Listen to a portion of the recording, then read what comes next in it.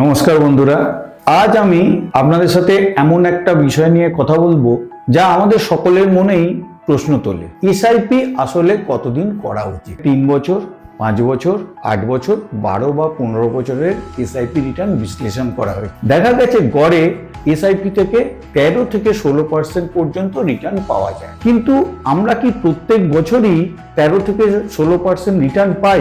না বন্ধুরা, একদমই না। অনেক সময় খারাপ বাজারে রিটার্ন -36% পর্যন্ত নেমে যেতে পারে। তাহলে এই সমাধান কি? সমাধান হলো দীর্ঘ মেয়াদে বিনিয়োগ করা। দেখা গেছে আপনি যদি অন্তত 5 বছরের জন্য এসআইপি চালান, তাহলে প্রায় 81% ক্ষেত্রে এফডির চেয়ে ভালো রিটার্ন, অর্থাৎ 8%-এর বেশি রিটার্ন পাবে। একইভাবে যদি 10 বছরের বেশি হয়, তাহলে প্রায় 90% ক্ষেত্রে 10% বা তার বেশি আপনি রিটার্ন পাবেন। আর যদি 15 বছর ধরে এসআইপি চালিয়ে যেতে পারেন, তাহলে প্রায় 90% সময় আপনি 12% বা তার বেশি রিটার্ন জেনারেট করবেন। তাই বন্ধুরা, সংক্ষেপে আমার পরামর্শ একটাই: যত দীর্ঘ সময় ধরে আপনি এসআইপি চালিয়ে যেতে পারবেন, সেটা তত ভালো এবং স্থির রিটার্ন পাওয়ার সম্ভাবনা ততই বাড়বে। ধন্যবাদ।